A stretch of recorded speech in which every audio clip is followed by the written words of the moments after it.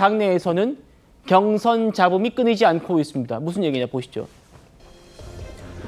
민주당 선관위가 경선 ARS 투표를 맡길 여론조사 업체를 뽑았습니다. 선정을 했는데 알고 봤더니 지난 총선 때 소위 비명행사의 근거가 됐던 그 여론조사 결과를 냈던 업체가 이름만 바꿨다는 거예요. 자, 그때는 이제 A사였고 B사, 이름은 바뀌었어요. 그런데 대표이사는 같고 이 B사에 지금 이제 ARS를 하는 업체의 등기부 등본을 떼봤더니 전 회사의 이름이 A다. 이랬다는 겁니다. 다음이요. 당시 무슨 일이 있었냐면 경선 전에 이 지금 이제 A, B 똑같은 회사니까요. 그 회사에서 경선도 하기 전에 비명계 의원이 현역으로 있는 지역구에 그 현역 의원을 빼고 조사를 했습니다.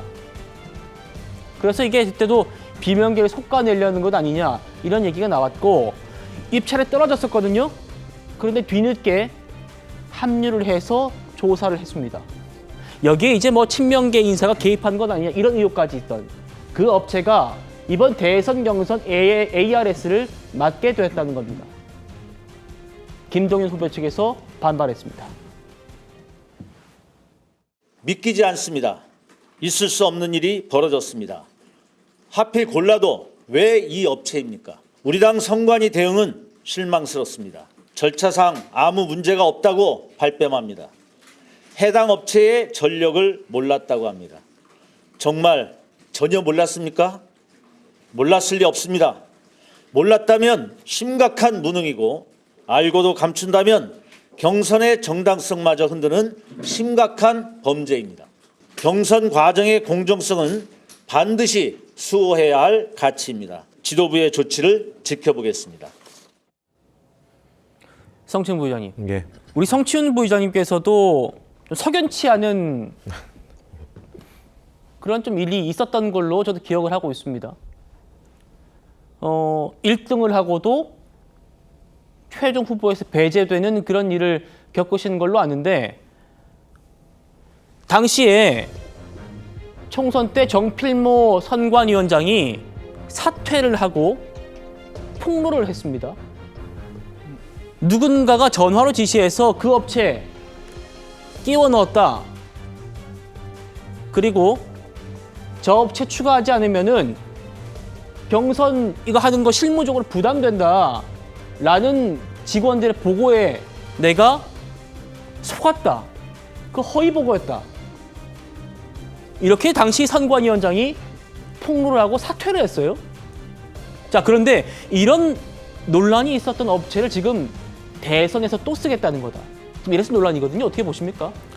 저는 일단 당 선관위가 좀 정무적 판단을 해줬으면 좋겠다는 생각을 갖고 있습니다. 왜냐하면 지금 당 선관위의 발표는 일단 절차상 문제는 없다라는 거거든요. 그러니까 절차상으로만 그 선관위에게 사실 주어진 권한은 절차적으로 이게 문제가 있는 업체인지 없는 업체인지만 보도록 되어 있기 때문에 정무적으로 판단해서 한 업체를 특정 업체를 배제할 수는 없다라는 원론적인 이야기를 하고 있는 겁니다. 근데 말씀하신 것처럼 지난 총선 때 문제가 됐던 업체라면 그리고 논란이 됐던 업체라면 그것이 뭐 문제가 명확하게 있었다라는 뭐 명확한 팩트가 지금 밝혀지는 않은 상황입니다만 분명히 논란이 크게 있지 않았습니까? 그런 업체라면 굳이 이 업체를 포함시킬 필요가 있겠는가? 여기에는 전 정무적 판단이 들어가도 괜찮다고 생각합니다. 왜냐하면 지금 그렇지 않아도 민주당의 이런 경선 룰 결정 과정에서도 그렇고 어차피 이재명 후보가 상당히 압도적으로 현실적으로 유리한 상황에서 비명계의 목소리가 너무 반영되지 않는 것 아니냐라는 볼멘 소리가 나오고 있는 상황 속에서 이런 업체까지 껴넣게 되면 또다시 아까 그 김동연 캠프 측에서 문제 제기를 한 것처럼 또 여기에 대한 그 불만이 나올 수밖에 없거든요. 저는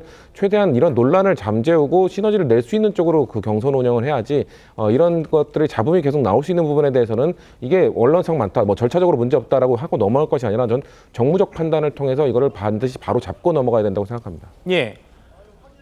차 교수님. 예. 그러니까 비명계에선 당연히 이제 이런 반응 나올 것 같아요. 정치적 의도를 의심할 수밖에 없다.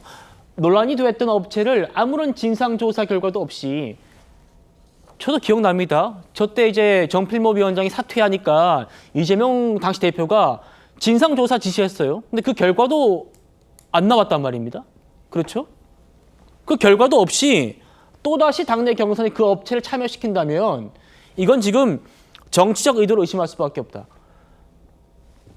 민주당 경선을 보면 원래 경선 룰도 일반 조사 100%에서 지금 당원 50%, 일반 50% 이렇게 바꿔가지고 이재명 대표에게 유리한 것 아닌가. 지금 이런 논란이 있었잖아요. 그 논란 때문에 아까 속보 보셨습니다만 김두관 후보가 참여하지 않았고 지금 대선 불출마까지 선언했는데 이번에는 그 룰을 50대 50 그 룰을 수행하는 업체까지 비명계에게 불리한 결과를 냈던 업체를 선정했다. 이거 어떻게 봐야 될까요? 상당히 뭐 민주당 입장에서는 이런 부분들이 뭐 문제가 없다고 이야기를 하죠. 앞서 뭐 말씀하신 것처럼 지난번 총선 때 문제가 됐을 때 진상 조사를 하라고 했지만 결과가 안 나왔잖아요. 그래서 이번에 박범계 경선관리위원장이 뭐라고 이야기했냐면 그때 당시 문제가 된 업체는 스스로 포기했고 그때 제재를 받았던 것이 아니다. 그렇기 때문에 결격 사유가 없다고 하는데 거꾸로 이야기하면 그때 제대로 조사가 안 됐다는 이야기일 수도 있는 것이기 때문에 사실 이 비민계 입장에서는 이거 뭐야? 짜고 치는 고스톱이야? 뭐 이런 식의 반발을 할 수가 있다는 것이죠. 앞서 우리 앵커께서 말씀하셨듯이 사실 이번 민주당의 경선을 놔둬놓고 경선 룰 자체도 상당히 그동안 20년 동안 유지되어 왔던 국민선거인단 방식을 일방적으로 폐기를 했다는 비판에 지금 직면해 있잖아요. 그렇다고 한다면 왜 이런 식의 무리수를 계속 두는 것일까?